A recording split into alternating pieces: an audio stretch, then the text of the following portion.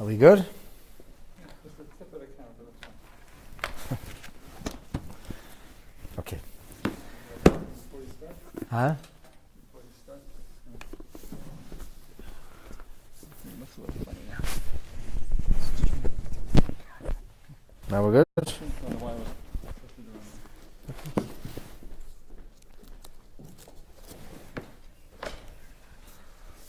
Okay. Shall we? Let's rock and roll.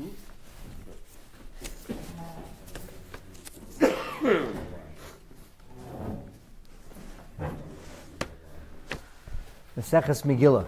Yes? Tractate Megillah. We are on page 12, side 2. Allow me to refresh your memories. Vashti was not ready to come out and do a little dance. Not because she didn't want to, but because strange things started happening and she didn't look, she wasn't on top of her game. So she said, I don't want to come out. I'm not coming out. And Achashverosh flies into an absolute rage. So, in last week's class, we learned that Achashverosh called a group of Jewish advisors. And as we mentioned, it's going to be, it's a catch-22. The enraged king demands something gets done. If they say nothing should be done, so the king takes it out on them. If they say something should be done, when he's finished, when the wine washes off, then he's going to be angry at the people. And actually, according to some opinions, he did kill some of those advisors immediately. And one of the things that they said in last week's Gemara is, we have suffered the trauma of destruction, expulsion, exile. We're not able to think clearly. Our neighbors in Ammon and Moab, they never had a difficult day in their life.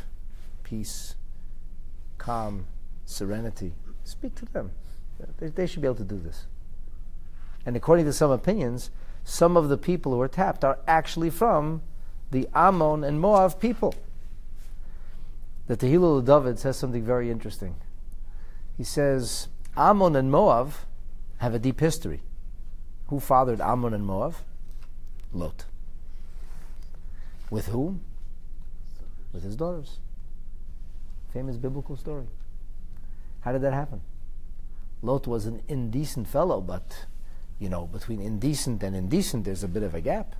How did that happen? The answer is, they got him drunk. And in truth, we are told, L'shem Shamayim Niskavnu, they had the purest of intentions. They believed the whole world is wiped out. They thought they were like Noah and his children, and they thought that it was their responsibility to do something to repopulate the world. And there was a bottle of wine that just happened to show up, a bottle of apparently very strong wine. And so they plied their father with wine and did what they did. And the Chachamim, the sages of Israel, who, as we mentioned, were primarily from the children of Yisachar, the experts on the calendar, they said, speak to Ammon and Moab as if to say to Achashverosh, all of the problems begin with the wine. That's the problem. But these people are experts because their whole existence came because of the wine. So since your issues come because of your wine, this is an intoxication issue, and since they will understand, because after all, they were conceived out of that situation, they'll have sympathy, they won't be too harsh, that'll be the best ones to deal with. The Tehillah David says that we have a principle, a Talmudic principle, that a well that you drank from, don't throw rocks into. They benefited from wine. Since they benefited from wine, they would be understanding, compassionate of the situation. At any rate, they bowed out. Now, last week in the class, I mentioned that there is no indication in the scripture of this whatsoever. In fact, if you look in the words of the scripture, it just says,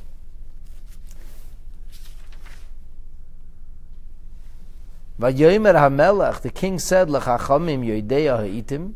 He spoke to the people who knew the times, and we explained that that's the Bnei Yisachar, that's the sages of Israel.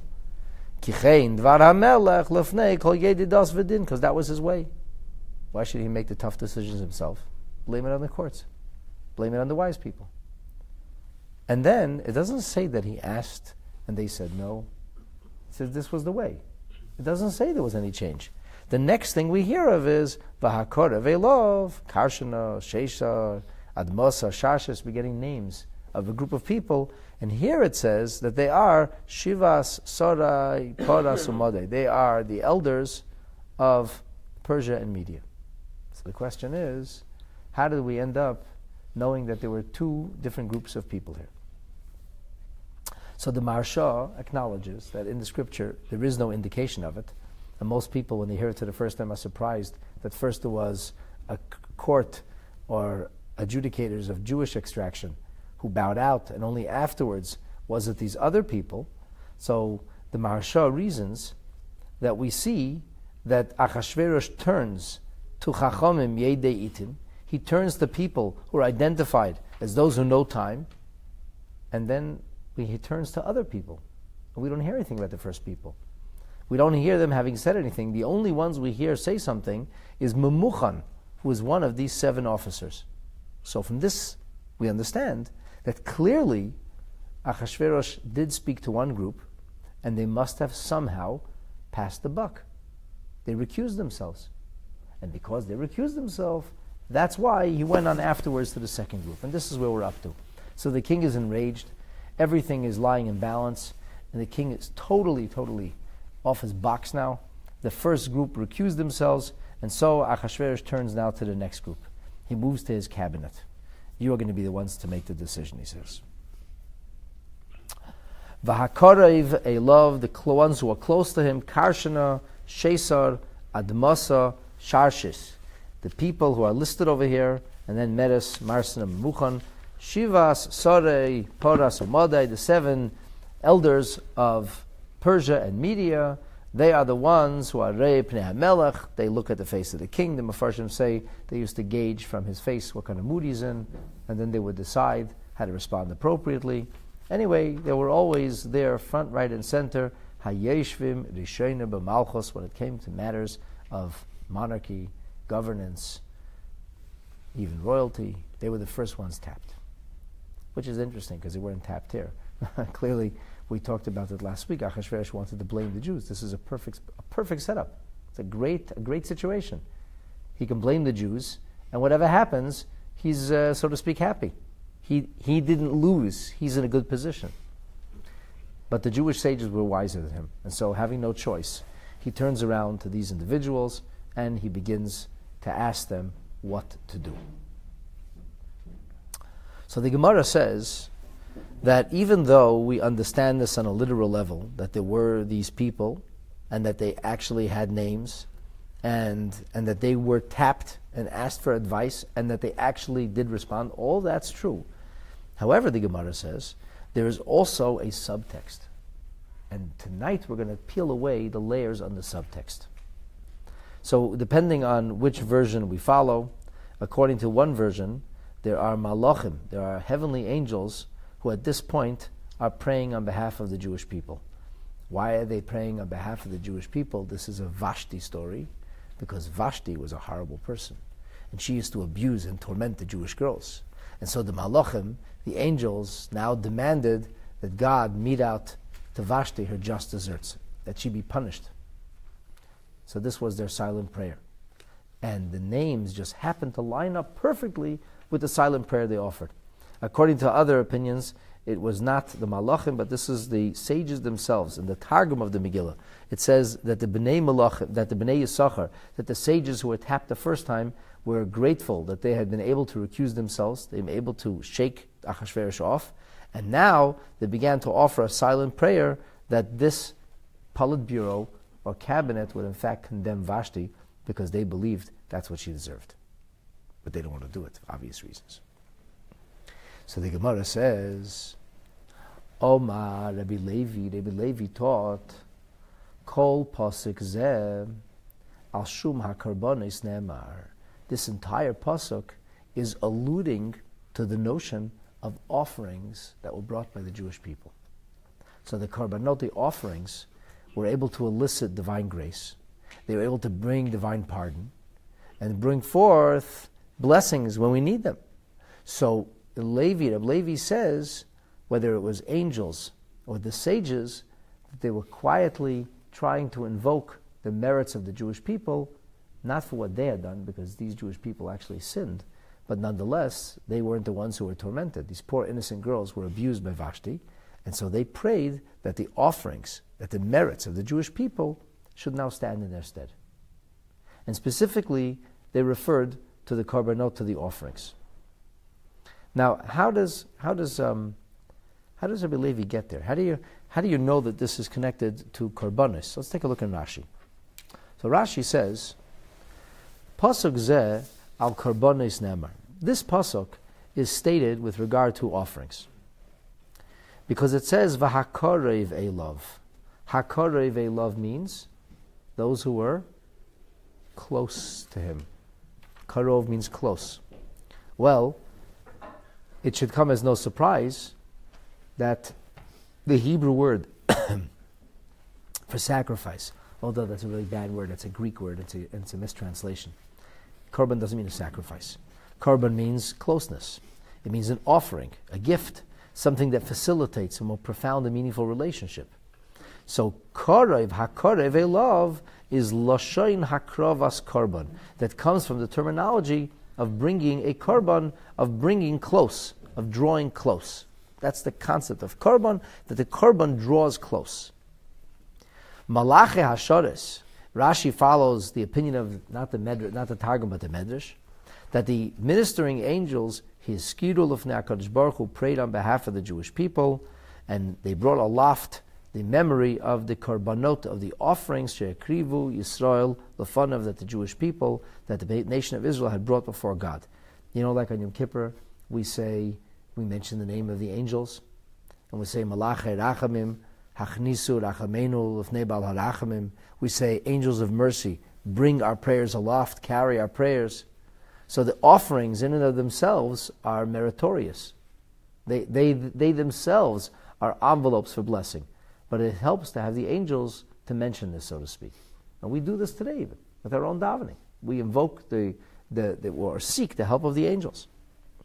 So here, the angels, without being asked, helped on their own. And they began to mention these various offerings before Hashem. And why were they doing this? This was not a Jewish issue yet at the time. As you'll see, this is more than a decade prior to the actual story of Purim. So why are they doing this? Lases lahem nekama b'Vashti. So that they would take, that this Politburo, this ruling party of advisors of Achashverosh would be sure to implement or exact vengeance against Vashti. V'tovoi Esther b'timlech tachteha. So if Vashti is out of the way, who enters instead? Esther. So that's why the Malachim are davening. This is a pivotal moment. This is what we call a fateful moment. And in this fateful moment, where Vashti's future lies in balance, the angels are praying that Vashti goes south. So how do we get to this idea of Hakorev Elov? According to Rashi, the idea of Hakorev Elov is because the terminology of Korev, which means those who are close to him, that is kind of shares a common root. There's a similar permutation of the word korban, of the word offering. That's the simple pshat. Now, it should be noted that we're not trying to disconstrue the verse from its literal meaning. We're just saying that there is a subtext, an additional message here. The Maharsha explains it like this. We're talking about a group of people. How many? 7. When you want to say that 7 people are close to somebody, what would you say? You would say hakrovim, the ones who were close, not the one who is close. We would have used plural. We don't use a plural expression. We use a singular expression. From the fact that we use a singular expression, it seems that there is something singular about this. What are we referring to then? The institution of the offerings. That's the way the Maharsha explains it.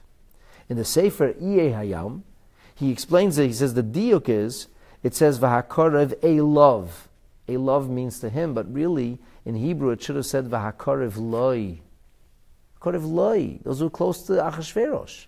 Hakorev elov, as if those who drew close to him, that seems to be indicative of the Jewish people drawing close to God by virtue of offerings of korbanot. And there is yet a third interpretation, and this is brought down by the Monis Halevi, who emphasizes that the verse is not being taken out of its literal meaning here, but the problem is that first it says, Chachamim Yedei Ha'itim, wise people, the knowers of time. And what were their names? What were the names of the Yedei Ha'itim? We don't know. Why don't we know? We do know the names of the cabinet. But if you were to follow the same style, it should have said, just like it said, that the king would bring his question, L'chachamim, Yedei Ha'itim, as it says in verse 13. So in verse 14, it should have said, V'hakorev Elav, those who are close to him, Hayeshvim Rishayna b'malchus, or Rei Pnei HaMelech, Hayesh Rishayna b'malchus, those who sit in the front row, those who are close to the king. Why would it have to say their names? It doesn't say Yedei Ha'itim, Shimon, Ruvain, Yehuda, Yisachar, I don't know, names. It only says names, V'hakorev Elav. Why? Why are those names being mentioned? So the Monis Halevi says it's really irrelevant. These names are not mentioned the second time. They don't show up again in the Megillah. It's not like they play a big role and therefore they have to be identified. So in chapter 8 we go, oh, Meres, I remember him. And now he plays another role. Or now we're going to hear about Memuchan. Actually, according to most opinions, Memuchan is Haman. But here he's not even called Haman. It doesn't even help us to know that his name is Memuchan. And the Tosfos says, one second, we have a tradition that Daniel is called Memuchan. He's not a wicked man, he's a righteous man. So why mention the names then? Elomai. So why do we mention the names? Says the Monis Halevi, there's something about these names that contain an allusion. They allude to something. And because the Navi, because the prophet wants to give you a deeper subtext, he did not choose to incorporate the names of Yedei Ha'itim, which presumably we could have known. I'm sure they knew. When the story happened, they knew who those wise people were. But they didn't leave those names in because it's not relevant to the story. Well, why are these names relevant? They only appear once. And according to some opinions, they were killed immediately afterwards. As soon as Achashverosh sobered up, he killed them. He says, you killed my wife, I kill you. Never mind that he put them in the position. So why bother saying their names? So the Monis Halevi says, clearly the names allude to another story. There's multiple things going on here at the same time. We're getting the facade. We're getting one part of the story. We're not getting the subtext. That's why we open the Gemara. Our sages says, this is not just a story of people who were asked for advice, because then it would just say people were asked for advice. The fact that we have names mentioned is because those names tell a story in and of themselves. As you'll see in a moment, we're going to expound on each one of those names, and we're going to find an allusion, how these names allude to different offerings, which is a key component in this subtext narrative. The Baal HaRekeach further says that the word Hakarev in the Megillah is spelled without a Vav. It's spelled V'Hakarev. There should have been a Vav between the Reish and the Vez. And therefore, it can be read as V'Hakarev. V'Hakarev means that which was offered before him. A korban would be Karev Lifnei Hashem. And I would just add, it's really interesting because we know that God's name does not show up in the Megillah even once. But in the beginning of our classes, we also talked about this idea that although God's name doesn't show up overtly, God's name is alluded to. And one of the teachings is that every time it says the name HaMelech, which on a literal level refers to King Achashverosh, no, it's not just King Achashverosh. HaMelech refers to Malko Shel Olam. So really, then this would make perfect sense. HaKarev Elav, we're talking about the king here. Yes, those who are close. HaYeshim Rishayna b'Malchus. What's closest to the Malchus? What's closest to the kingship of Hashem? That's the offerings, that's the korbanos that the Jewish people brought. This does not say anywhere, and I could be wrong. I'm just saying that it seems to me makes sense, but I don't know.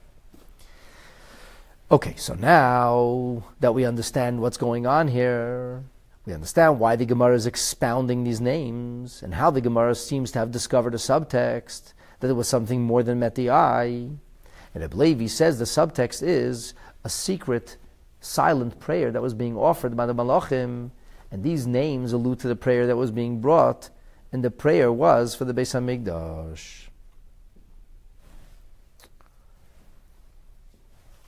So here's the prayer.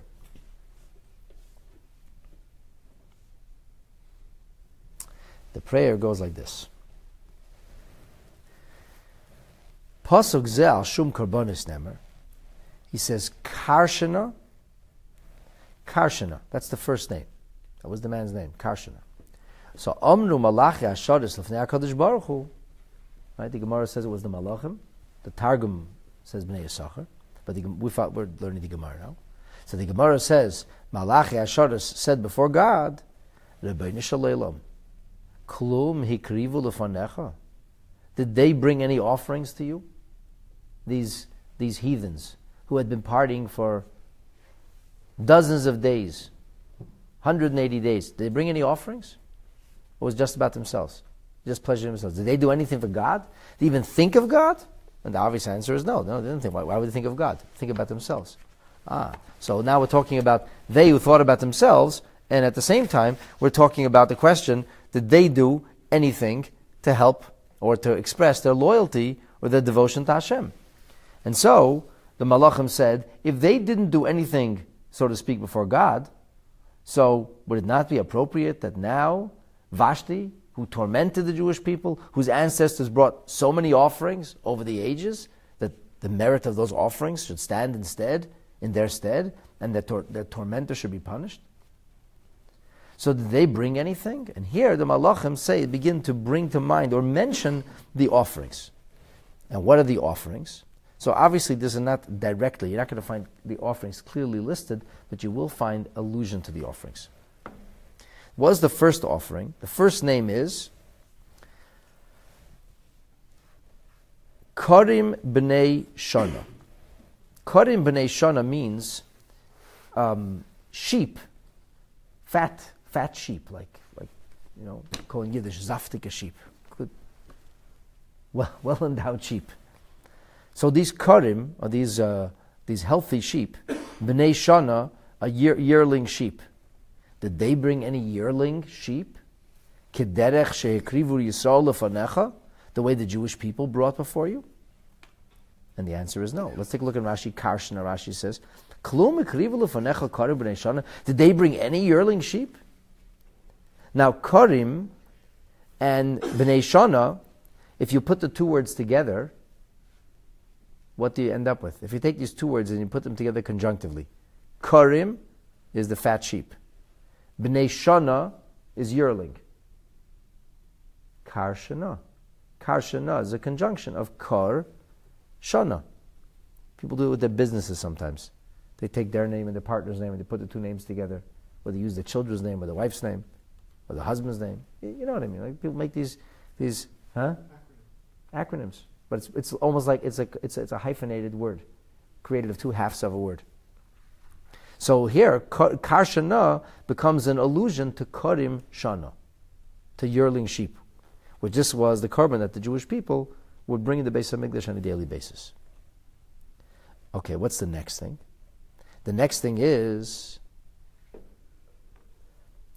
Klum ikrivu lefanecha shnei tayrin. Did they bring any pigeons? So the name is Sheisar. Sheisar sounds like Shtei Tayrin, two pigeons. Pigeons are never brought alone; they're always brought in groups. Always two pigeons. So we call it a korban of Shtei Tayrim, of two pigeons. So if you take those words once again, you get a conjunction. Shtei Tayrim, and what's the guy's name? Sheisar. So it's conjunctive. Admasa klum banu lefanecha. What's Admasa? Admasa is the next guy. Karshasa, Shesar, Admasa. Admasa is a permutation of which word? Comes to the word Adama. His name was like Adam. But Admasa says klum banu lefanecha mizbeach Adama. Did they build before you a mizbeach of earth? Next name is Tarshish. What's Tarshish? Klum shimshu lefanecha bevigdei kahuna. Did they use the robes of the high priest to serve you? And one of the most dazzling stones on the high priest's ephod, on his breastplate, was Tarshish. Dichsiv behu Tarshish v'shoyhem v'yoshbei. Meres, the next name, Klum mirsu bedam lefanecha. Did they mix the blood before you? Marsana, Klum mirsu b'menachas. Did they knead the flour with oil to bring the meal offerings? Memuchan, which means set already. Klum hechinu shulchan lefanecha. Did they prepare a table before you? And this is an allusion to the showbreads that were placed on the table. Let me go over these Rashis, and then I'm going to try to explain what's going on here. So Rashi says, Meres means shemirsu es adam shale yikrosh. Okay, so here's how it goes. When the offering was brought in the Beis HaMikdash, the animal would be slaughtered, and his blood would be collected. And this may not make any sense to us whatsoever, and that's fine. I'm not saying it has to make sense to you. We know that Raza de Korbana, the mystery of the offering, and it's a mystery, Oila ad Raza de Insef, penetrates the mystery of the oneness of God. We do not understand offerings. But this is what the Torah says. So the animal is slaughtered, his blood is caught, and then the blood is dashed on the Mizbeach. Sometimes the blood was poured or dashed on top of the Mizbeach, and sometimes the blood was dashed against the corners, or sometimes on the side of the Mizbeach. Now the altar, the Mizbeach, had a line of demarcation, which was called a chut hasikra, this imaginary red thread that was tied around the Mizbeach. And therefore there would be the upper half of the Mizbeach and the lower half of the Mizbeach. Some offerings, some karbanot halacha is that the blood is to be dashed on the upper half of the Mizbeach. In some offerings, the blood has to be dashed on the lower part of the Mizbeach. Do you know what happens with blood if it's left alone? It coagulates, it congeals. So at a certain point, you're not going to have blood to dash anywhere because the blood is going to become hard. That would not serve your purposes. But there were times in the Beis HaMikdash that one offering, especially on Yom Kippur this was the case, one offering had to be brought, and then another offering, another procedure had to happen, and only later would the blood from the first offering be dashed on the Mizbeach. So if you leave the blood alone, what happens to it? It would congeal. It would coagulate. Then you wouldn't have blood. So what did the Kohanim have to do? They actually had to stir it. Incidentally, these basins that they had in the Beis HaMikdash were cone-like. They didn't have a flat bottom, so they couldn't even be put down. So then you had to hold them in hand. To hold them in hand, constantly keep it in movement, so it would be ready for the service of the Beis HaMikdash. And as I said, this doesn't have to make sense to you. This is what the Torah says. So we allude now, Meres. What does Meres mean? Meres literally means to stir. That's what the name means. So he says Meres means Shemir Suas Hadam, that they were busy stirring the blood so that it shall yikresh. And once it would be yikresh, once it would coagulate, it would not be Loyehei Roy Lizrika, it couldn't be dashed on the Mizbeach. The next name is Marsana. And Marsana means Mirsu b'menoches levolalon. They would knead or mix the flour with the oil. And the halacha is that the oil has to become kneaded, the flour has to become kneaded with the oil. And then it was brought as an offering. So here, Rashi suggests that memores doesn't mean to stir, but here it means loshen megis. It means like to stir like a heavy broth. Not to kind of, it's a difference between stirring a coffee, put some sugar or a sweetener and you stir the coffee, and then there's like, what the Hungarians call goulash, like a heavy soup, like you have to stir that. That's a much more labor-intensive thing. What are you getting excited about? Do you like goulash? What? So you understand there's different kind of stirring. So there's the stirring of flour with oil is much denser than the stirring of the blood. Although, very interestingly, the difference between meres and marsana, why do we have two different ideas? Where one is meres, which literally means to stir, and the other is marsana. So the Sfas Emes says like this. He says, what was the reason that they were stirring the blood? So it wouldn't congeal. It wasn't what they wanted to happen, it was what they wanted to prevent. The stirring was merely a preventive measure. So he says it's only kadesh liikrish. That's why it says meres. Aval eini oise pe'ula b'hadam. He's not actually working with the blood. He's not actually affecting or changing or in some way modifying the reality of the blood. Aval mirus de menoches. He says, but the kneading or mixing or stirring of the meal offering, so that the flour, all the particles of the flour, would become kneaded and permeated with the oil. This would actually make the mincha suitable. It would make the meal offering suitable. So lechach nikra marsena. Marsena seems to be more of not just a meres, not just a casual stirring, but a heavy stirring. A stirring that was not simply designed to prevent coagulation, but a stirring that was designed to create a certain cohesion amongst all the different particles of flour that they should turn into dough. This is the way the Sfas Emes explains it. The Yaivet says that we have a pasuk in the Torah that speaks about the menachas. The menachas are called tufini. And tufini means te'afena. It's a conjunction, the Gemara says, in the menachas, for that which is baked, but it's like raw. You know, maybe what the example is, sometimes you get served at a bar mitzvah or a wedding for dessert, they bring this volcano chocolate cake. You know, it's like still raw inside. So that's, the menachas were brought, they were still raw inside. They weren't well baked. So that's the word na. Na means raw. So tufini is te'afena. There was an emphasis that menachas were brought very wet. So here it says marsena, they were kneaded, but kneaded in a wet way. It was not like a thick dough. It was more like liquid. It's more like pancakes. And actually the menachas, many of them look like pancakes. They would actually be, some of the menachas were poured onto a frying pan called minchas chavitin. It was a lot of oil, and it was poured, and it would automatically kind of be like one of those Hanukkah donuts. But it wasn't a piece of thick dough, it was something called b'li raka. It was a very, very soft or very, very thin consistency. So that's why, that's the meaning of meres and marsena. So the name actually fits. The name fits perfectly with the activities that are being described over here.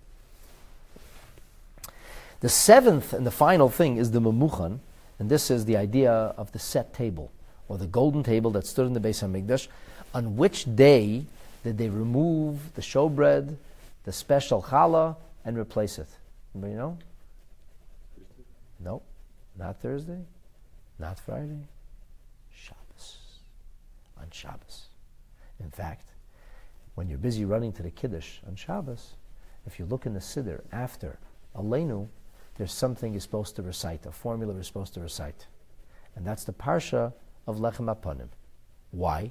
Because when the morning services in the Beis HaMikdash finished, before they went on to the afternoon, before they went on to the evening, to the afternoon, after Musaf, after the special Musaf offering was brought, that's when the Kohanim would ceremoniously go into the tabernacle, into the actual structure of the sanctuary, and there would be Kohanim carrying these piles, 6 and 6 piles of bread. Kohanim went in to take out the old bread, and then the breads were divided amongst the Kohanim. Half went to the Kohanim who were finishing, because Shabbos afternoon was changing of the guard. And half went to the new set of Kohanim who were coming in, so all this took place on Shabbos. This was the big Shabbos activity. And that's why on Shabbos we celebrate Shabbat with meals. It's meals. The Nevi'im said you have to have a meal. So if you have to have a meal, it should be a proper meal. A proper meal, you're going to have bread. So they call meal. Meal is breaking bread. And then we have this notion that the manna, which was our original food or sustenance during the infanthood of our nation, when we were in the desert for 40 years, there will be a double portion that fell on Friday. So to commemorate this double portion, what would we do? We would take 2 loaves. Lechem Mishnah. According to some Rishonim, it's even biblical, this idea. Now, challah bread is the strangest bread on the face of earth. How is challah bread made? Braided. Different pieces of dough that are rolled and then braided. And what does the fact that the dough is braided and then baked dough? Can you identify different pieces of dough when you cut the challah? Generally not. The loaf is a loaf is a loaf. Where's the difference? It's only on the outside. But you could artificially impose the design on the bread. There are various cultures that design the bread or have the bread looking a certain way. The only ones who actually take pieces of bread and, so to speak, braid them together, pieces of dough, braid the dough, are the Jewish people. And that's why people who know not much about Jewish people, when they see challah, you know what they call it? Jewish bread. And it's called challah, and it's uniquely Jewish, and there's nothing like it. And I'll tell you why there's nothing like it, because it actually makes no sense. It's the dumbest thing. What's the point of taking different, it doesn't taste any better. There's no sign of it. It doesn't make the challah easier to cut. It's the same thing. So what's the point? You took loaves of bread, you braided it together, you put it in the oven, it came out the same way. You could have just taken a bread and put it in the oven. And the amazing thing is that Jewish people who were living incommunicado from one another for over 2,000 years, some of them, they all met up and found themselves eating the same challah. They don't eat the same cholent, they don't eat the same fish, they don't eat the same brisket. But challah, and the challah looks virtually the same. All challah looks the same. How's it possible? So clearly, this comes from a time when we, the Jewish people, were together. When would that be? This would have to take us back to the Second Temple at least, maybe even earlier. Now, most of the time, when you have challah bread, how many braids are there? Most of the time. What's the most typical challah bread? 6. So you have 6 strands of dough forms one bread, 6 strands of dough forms the other bread. And then you're holding 2 breads together. How many strands of dough are you holding when you're holding the challahs together? 12. How many lechem hapanim, how many showbread were there in the Beis HaMikdash? 12. In other words, we make the challah like that to honor the service in the Beis HaMikdash. So the bread was only brought in, it was not braided, by the way, each one was a single piece, it was only brought in and taken out. The service, the changing of the breads, and the eating consumption of the breads, when did it take place? On Shabbos. That's why our observance of Shabbos has a memory of the Beis HaMikdash, and we all have challah bread. So therefore, it's natural that the 7th thing that's going to be listed is the challah, the memuchan. Memuchan means set, and that's the only table in the Beis HaMikdash.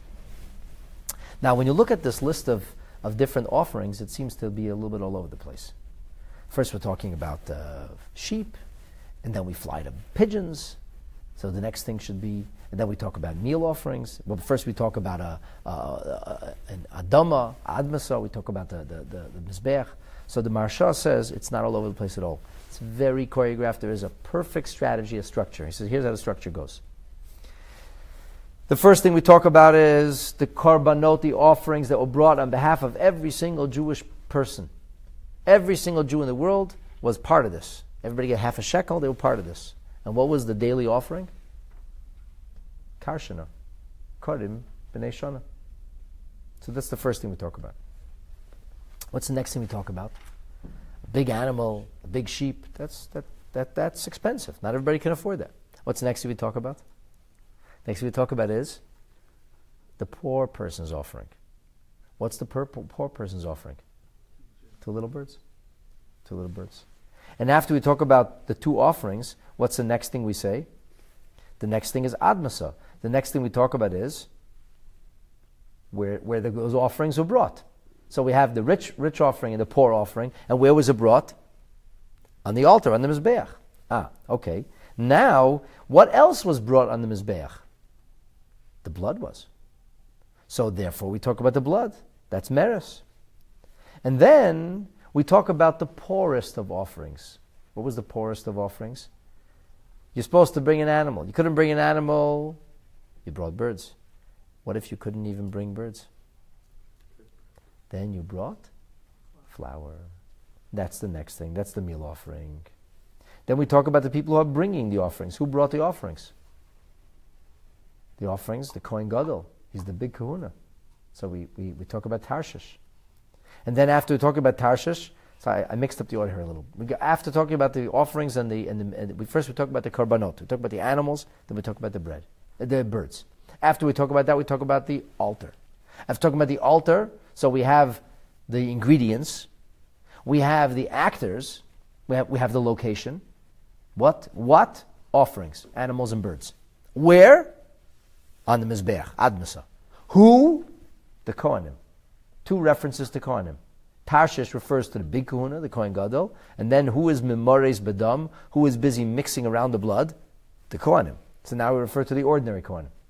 The next thing we talk about is the concept of the poorest offering. We talk about the idea of the meal offering.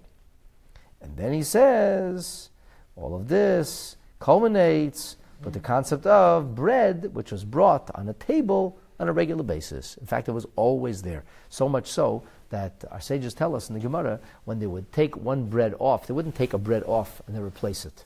They would take the bread, they would move this bread in from here, and the other corner was slowly moving the bread away on the other side.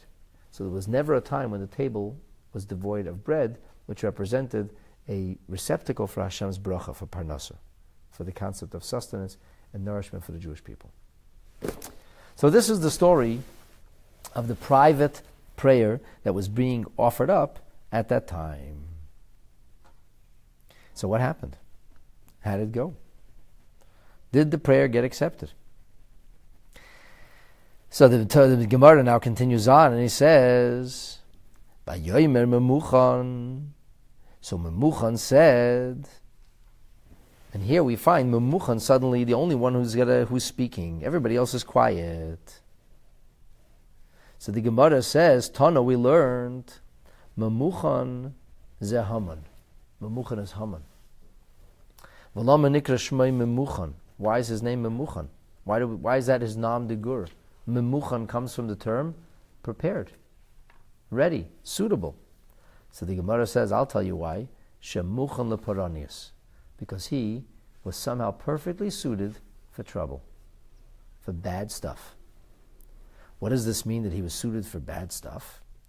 So Rashi says, Oymed lihi es tali. He was slated to be hanged. So he had a target on his back, he just didn't know about it.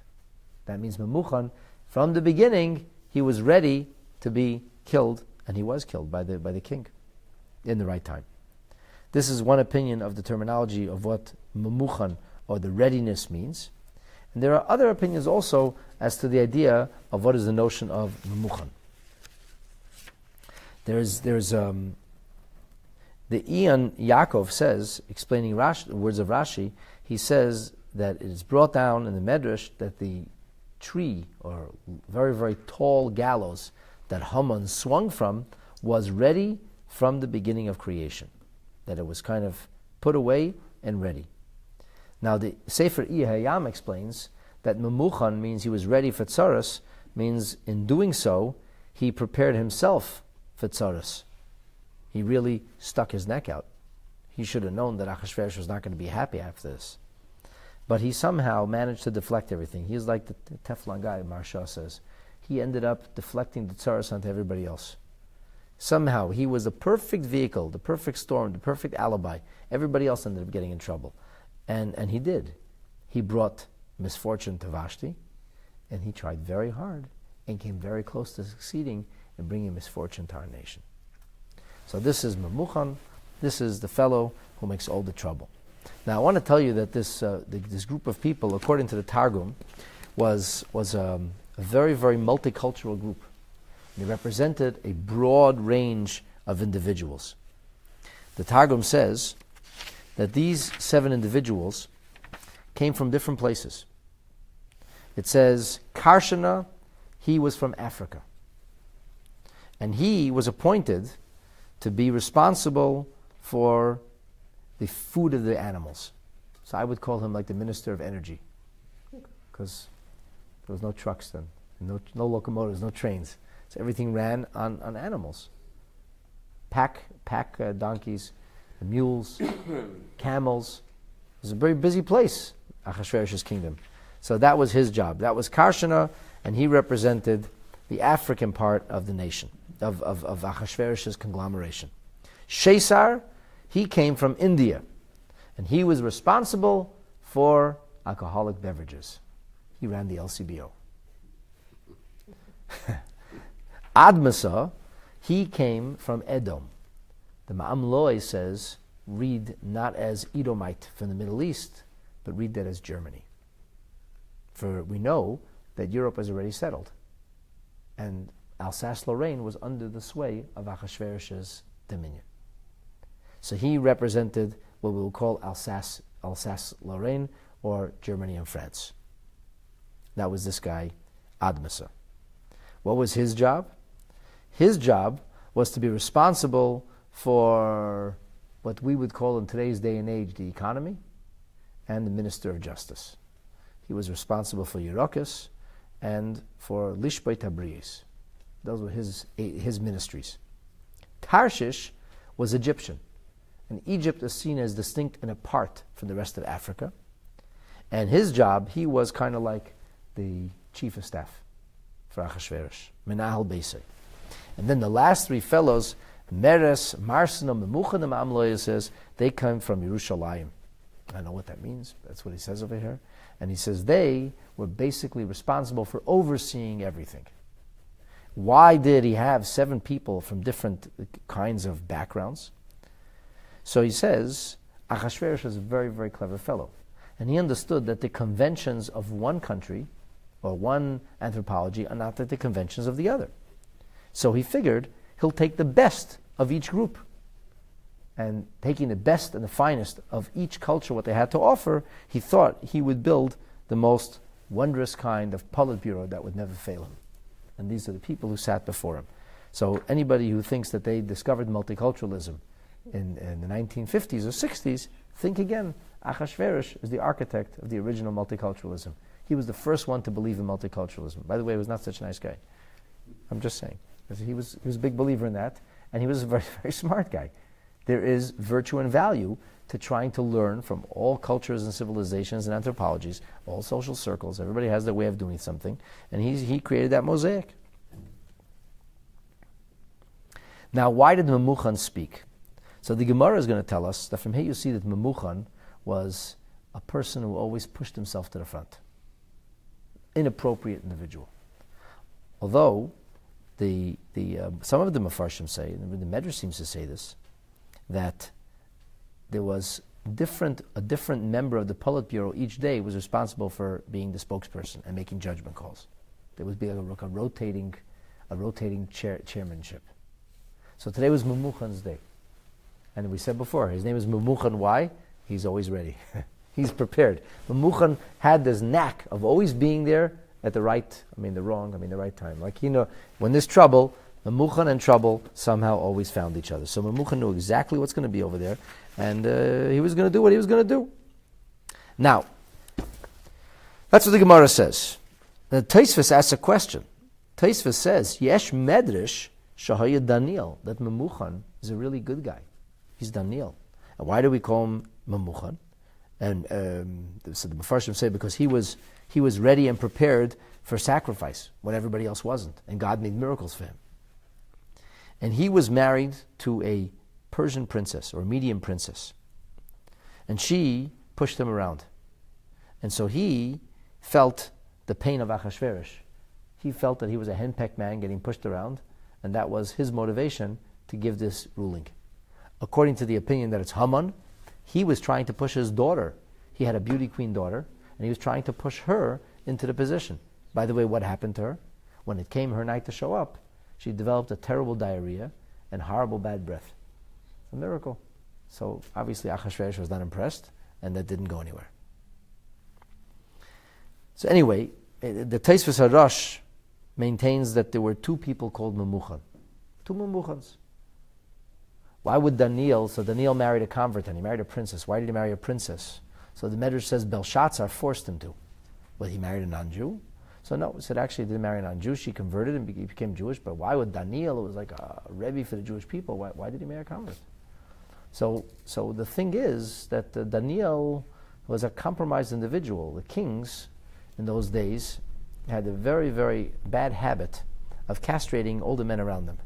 They called them eunuchs. And this way they would have to be concerned with what they would do. They wouldn't mess around with their harem. And this was the way things happened. So it seems Daniel Nebuch got this treatment, and therefore he really had no choice at that point. So he was literally emasculated and figuratively emasculated, and he was pushed around by his wife. And so he had this chip on his shoulder. And that's why Daniel would have given that ruling. But again, that's not what our Gemara says. Our Gemara says clearly, we follow, and this is the opinion we follow, that Memuchan is Haman, and Haman was trying to knock Vashti down because Haman wanted to push his daughter in. And what does Hashem arrange? The poetic justice of God is unbelievable. Hashem arranges that the Haman, the one who wants to destroy our nation, he ends up being the one responsible for Esther's queenship.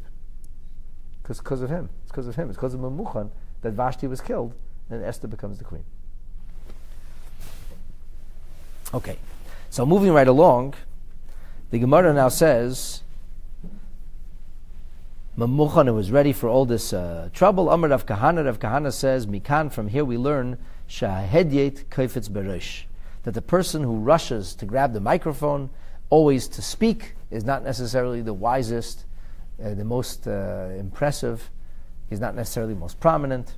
It's the nature of inappropriateness, and that's always the way it's been. So, what happened? What happened was, Achashverosh was very unhappy. The Megillah tells the story after this. The advice that was given by Memuchan is, look at you. Your wife pushed you around. You feel like a fool. You're not even a king. You're not even king in your own castle. Forget the palace. You have to put your foot down. You show those ladies who's boss.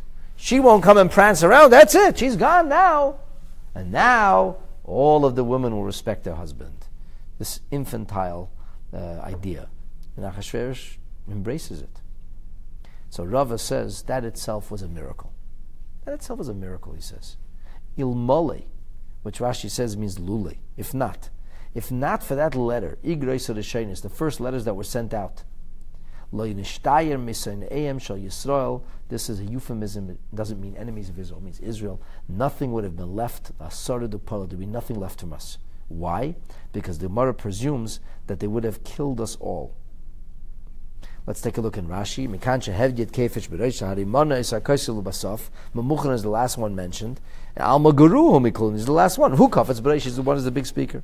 And he tells Achashverosh this ridiculous business of don't let the lady push you around. You show the lady, the man's boss in the house. That he now was seen as a fool. So he ruled over 127 provinces. Now, believe me, he was a ruthless politician, and he got his way, and he ran his country. But he also was an idiot. He spoke like a fool. So behind his back, they were all laughing at him. Look at this idiot. Look at a letter he sent out. He killed his wife, so everybody should know, man's the boss in the house. A misogynist, a meshugana. So they're laughing at him behind his back. And the Gemara says it was the greatest miracle. Because if not for that, nothing would have been left. Rashi says, when they got that first letter that said, kill all the Jews, save the date, 13th of Adar, genocide, they wouldn't have waited for the 13th of Adar. They got a letter, kill the Jews, they would have killed the Jews right away. But the thing was, because of the later on a letter came, and the letter came later, and said that Jews can defend themselves. He says they wouldn't have waited. As soon as they got the middle letter, they wouldn't have waited for the big day. The letter said, be ready for the day, muster the troops, mobilize. On the 13th day of Adar, we get rid of our Jews forever, we get rid of the Jewish problem. They wouldn't have waited for the 13th of Adar. If every Jew has a target on his back, if they're going to get killed anyway, let's just do it now. So why didn't they do it? They didn't do it because they said, this guy's a nutbar. He sends crazy letters. One letter, he said, so we can't really take him seriously. Amri, my hai the shadalon. What did he send them? They said, Li es kol ish she'er bebeisei. That every man is boss in his own house. And you go send a letter to the ISIS people. You should know a man is boss in his house. What would they do? What would they say if we get such a letter? They're like, What other possibility is there? Like, this was the culture of the day. It was a male-dominated culture. And Achashverosh is sending a letter. The man is going to control his house. Of course he's going to control his house, they said. What kind of letter is this? They said, Pshita, self-understood. Afilu korcha, even a common weaver. It's a euphemism for a person who's not too gifted or too talented. They doesn't have too much wisdom. Bebeisa, pardashke laheve. In his own house, he's a prince. Of course the man is the prince. Of course the man runs his house. That's what the whole ancient world was. Achashverosh sent a letter like this. So they laughed. They said, this guy's an idiot. Amri, my haideshadar, the nation said to one another, Sheshalach lanu liyas kolish said bebeisa. Each one said, did you get the letter? I got the letter. You get the letter? You get the letter? And what he said? He said, every man is the king of his own castle. And what did they say? Sha'afa gardan said bebeisa. The weaver is the king in his castle. Everybody's king in their own castle. Pardashka is a pakid, a nogid, a ruler, a magnate. So this is how the Gemara explains this was a miracle that happened. And when you listen to the story of the Megillah on Purim night, you think the whole thing happened like in a couple of months or a couple of years. First letter, second letter, third letter. So if you listen carefully, you'll realize that the first letter was sent b'shnas shalosh l'malchusay. Shalosh l'malchusay, the third year of Achashverosh's rule. When was the letter sent out? In the month of Nisan for genocide. In the 12th year. 9 years later. And then a second letter that was sent out, and it was dated Chaf Gimel Sivan on the 23rd day of Sivan. So these three letters did not come in the course of a few months. This was an attitude. For 9 years, they didn't take Achashverosh seriously. They still laughed at this fool, this bumbling idiot who's the king, who says the stupidest things, who makes ridiculous statements. They were laughing at him, but they were terrified of him, and he ran the country, but they laughed at him. And they didn't take him seriously. Does it sound familiar? It's unbelievable. Nothing changes. So this is what was going on. And because it happened that way, that's why the Jewish people were spared.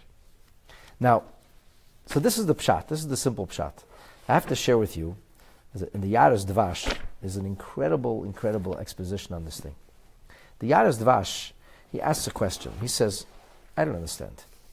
You're telling me that they didn't take Achashverosh seriously 9 years later when he sent out a letter for genocide, because 9 years earlier he made a statement that the man is king in his castle? And he said, if they didn't take him seriously the first time, why would they take him seriously the third time? And he said, what do you mean they didn't take him seriously? He was the king. You know what happens when you don't listen to the king? Your head does not remain attached to your shoulders. That's what happened to Vashti in a flash. That's what happened to Haman, the prime minister. In a flash, he was hanging from the gallows.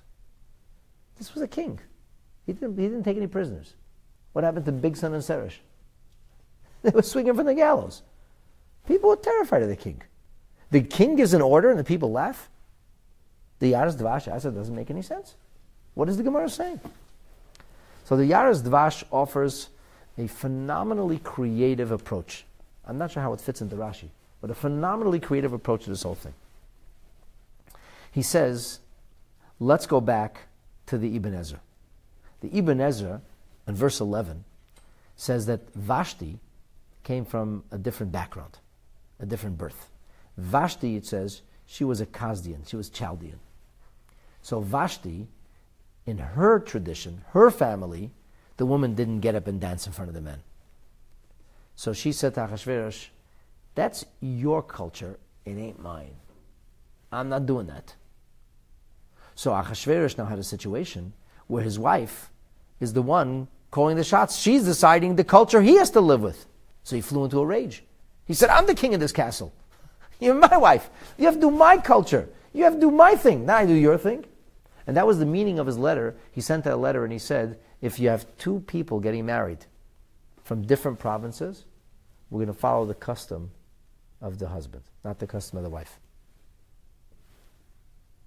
Interesting. Which incidentally has room in halacha also. So the Sephardim, let's say, will eat rice on Pesach. Ashkenazim do not eat rice on Pesach. If an Ashkenazi girl marries a Sephardic boy, she can eat rice on Pesach. If a Sephardic girl marries an Ashkenazi boy, she stops eating rice on Pesach. So this he wasn't entirely a fool. He laid the law then. He says, here's what's going to happen. From now on in this country, you're going to follow you got to take one custom. You can't have two customs. He's going to have a multicultural cabinet, but you can't have a multicultural house, he said. I don't agree with that. The house has to have a direction. So how are we going to have a direction? We're going to have an intermarriage. Religion A is going to marry religion B. What religion are they going to follow? The husband's religion. What conventions? The husband's conventions. Like today, most women will take on the husband's. You want to have one name? What's the family name? So as if I take the husband's name. So Achashverosh set this up. And because Achashverosh set this up, everything changed. He legislated a cultural shift in his empire. Because of this, the Ibn Ezra says, when Esther was arrested and brought to the palace, so Mordechai said to her, don't breathe a word of who you are. Never say you're Jewish. Why not? Why did Mordechai want it to be? So we say, Mordechai was a prophet. But on a literal level, why did Mordechai want it to be quiet? So the Ibn Ezra reason is very simple. Mordechai said, if he finds out you're Jewish, he's going to say, hey, now you're part of my religion. So in my religion, you eat pork, and in my religion, you work on Shabbos, and in my religion, you do all the things. He would force Esther to abandon her Jewish faith. But if he didn't know she was Jewish, he would assume she was like everybody else. So she quietly, clandestinely kept the Jewish faith alive. Now, because of this, he says, as a result, why did Esther not tell about what her faith was? Because of the story, because of that letter. Had that letter not been authored, had this new cultural law or rule or principle not been brought into the kingdom, when Esther would have been asked, what's her religion, what would she have said? Jewish. But here that she knew she's going to be forcibly converted, so the Yaris Dvash says, because of this story, Esther didn't tell anybody she was Jewish. And because Esther didn't tell anybody she was Jewish, that's why we were saved. And the Yaris Dvash says like this, if people knew Esther was Jewish, and a letter like that would come out, they wouldn't wait 2 days. They would kill the Jews on the spot. Because what would they have thought? They're a bunch of anti-Semites. You all hated us. They said if the queen will get a hold of the king's ear, she'll chew it until he rescinds the decree. Let's do it now, before she manages to change it. But in fact, nobody knew Esther was Jewish.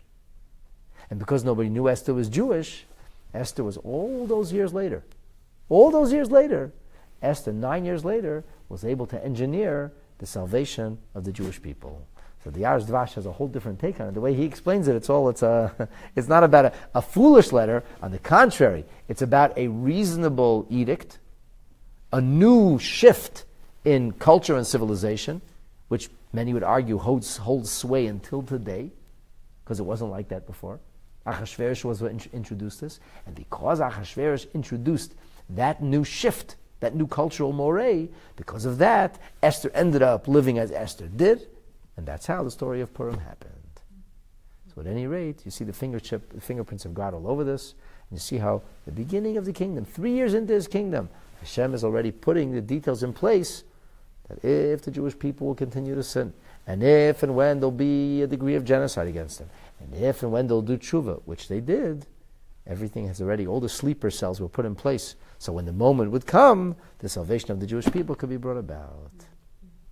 And that, my dear friends, is a little more about the story of Purim.